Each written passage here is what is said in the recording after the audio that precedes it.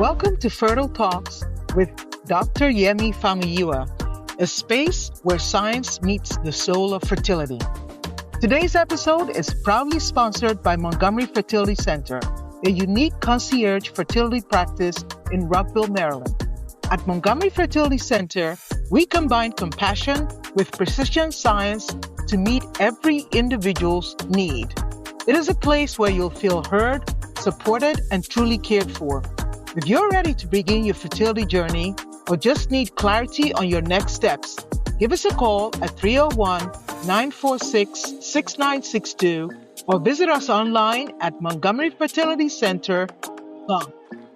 And before we begin, I want to share something close to my heart. My upcoming book, The Quest for Fertility, coming spring of 2026. This is a must-read for anyone preparing for fertility, thinking about preserving it, or supporting someone on that path.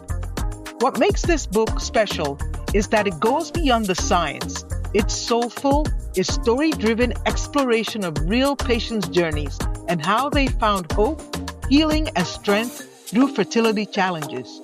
If you'd like to join our Quest for Fertility support circle or get updates about the book's release, visit montgomeryfertilitycenter.com and send us an email.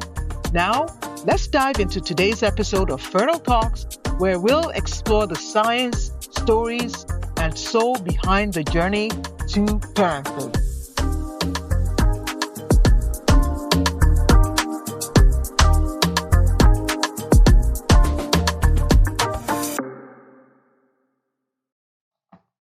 Good evening, everyone. Happy New Year. Welcome to 2026 with Fertile Talks. So this episode of Fertile Talks is sponsored by Montgomery Fertility Center.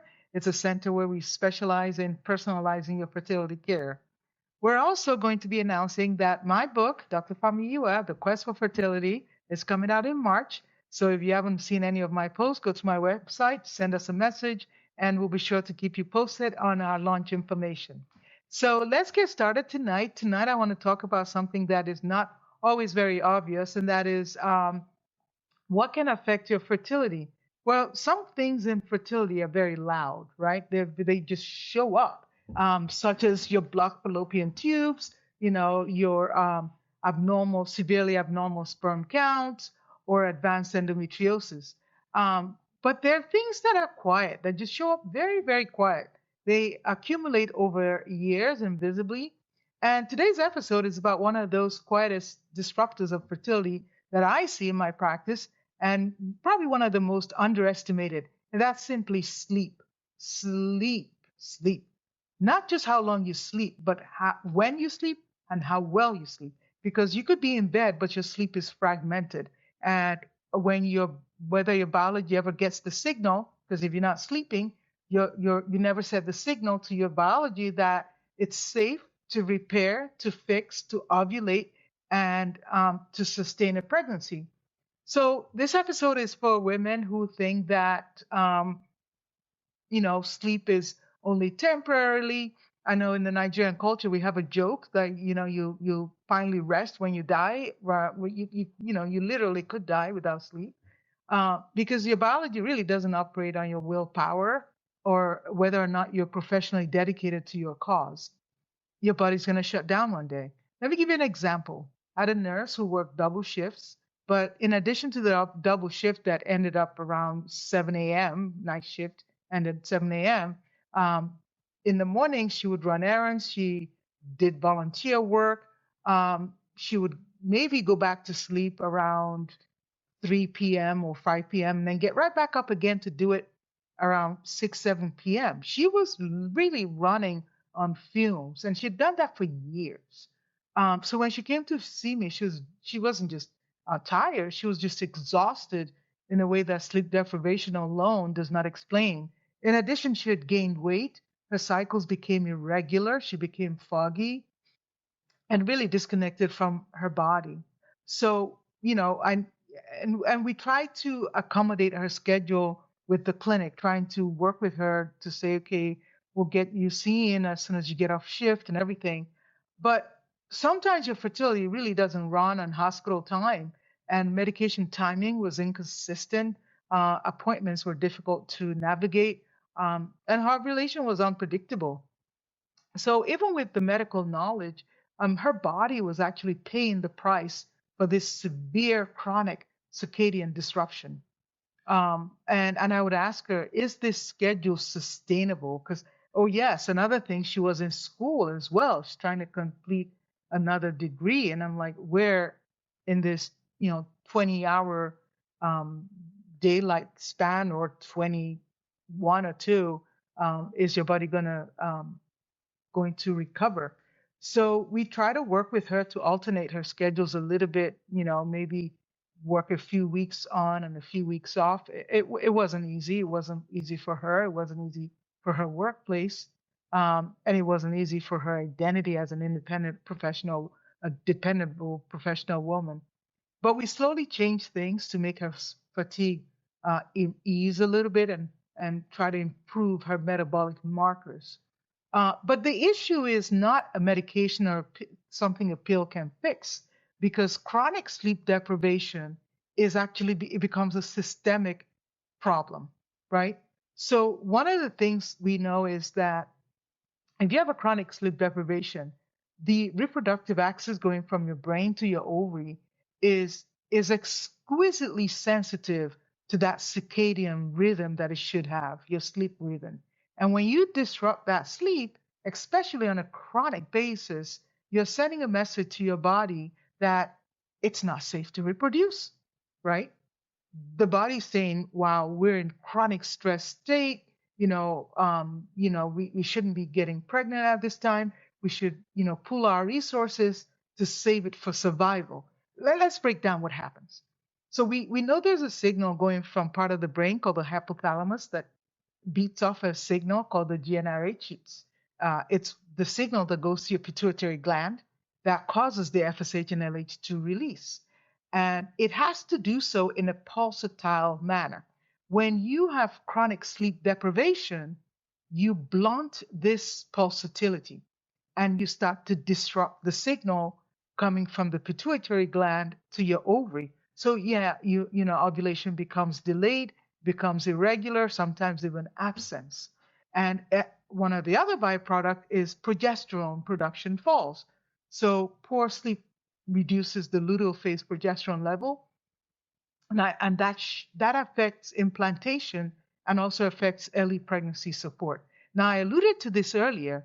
Your cortisol goes up. Cortisol is your stress hormone. So when your body is in a state of sleep deprivation, your body sees it as in you are in metabolic warfare, people, right? So your chronic night shifts elevates cortisol, and cortisol will compete with your reproductive hormones. And what happens is you start to have insulin resistance, right? So you start to get a metabolic like pattern when you get that, even without making any dietary changes. So it's not even what you're doing to your diet. It's just your body's way of trying to survive. And all these leads to chronic inflammation, right? So one of the things that happens when you're chronically deprived, there are some molecules, we call them cytokines. The inflammatory types start to spike up. It's like your body is in a low grade fire, right? And it affects everything in your body, your egg quality, your endometrial receptivity, your sperm health, right? Because your body's trying to put out a barn fire here. And one of the things that it can also do is it can mimic PCO, right? Because you get weight gain, disruption of your circadian rhythm, you get abnormal ovulation because now your pulsatility is off. You get a metabolic syndrome, your insulin resistance goes up, but it's not classic PCO. It's an induced type of PCO, right? So trying to fix it with medication may not work when what you need is time for your body to just repair and regenerate. You just need some sleep. So it's not a failure of discipline, right? It's just your biology is responding exactly as it was designed to do in a state of stress, right? So your fertility does not reward whether or not you're superwoman, superman. it doesn't reward endurance. It rewards whether or not you are alignment with what you should be doing. So, are you um, trying to do anything to get your sleep back, right? So avoiding to overly long work hours, irregular schedules, chronic stress, maybe from work that just makes it um, worse. And we have this mentality that you should just push through the fatigue, right? Just push through. You don't need any rest. You'll rest on the day you die. Well, you may be dying sooner than you plan if you don't give that body some rest. And you won't be able to reproduce as you want. So what you want to do is take a sleep inventory. What are you doing about your sleep? I know that there are so many wearables now that you can do to check if you're getting enough sleep, if you're sleep deprived. You can use them, but be careful because sometimes that can result in its own anxiety. What you want to do is maybe journal. Is my sleep consistent? Is it sufficient? Am I getting regular light exposure in the morning and darkness at night? Are you rotating your shifts, or are you stuck in a chronic circadian misalignment shift work type? I tell you, one of my best friends was a nurse in labor and delivery, and she told me over the years that she just, got to a point where she refused to work at night anymore. Her body just wasn't taking it. And I don't blame her. It's very rough, people. And if you have to work nights, get some rest. Don't get off your shift at 7 a.m. and now you want to go volunteer, in your organization, in your church. You want to run errands. Have other people do it for you and go get some sleep. You can't function on 2-3 hours of sleep. So, what is the lesson of the day? Restoration matters, right? Restoration, regular rest, timing matters.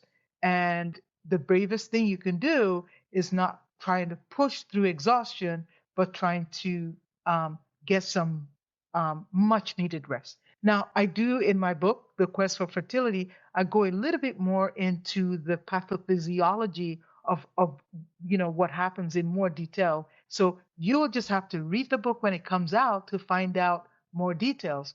In the meantime, this is yours truly, Dr. Yemi Famuyiwa, and I'm happy to be back for 2026.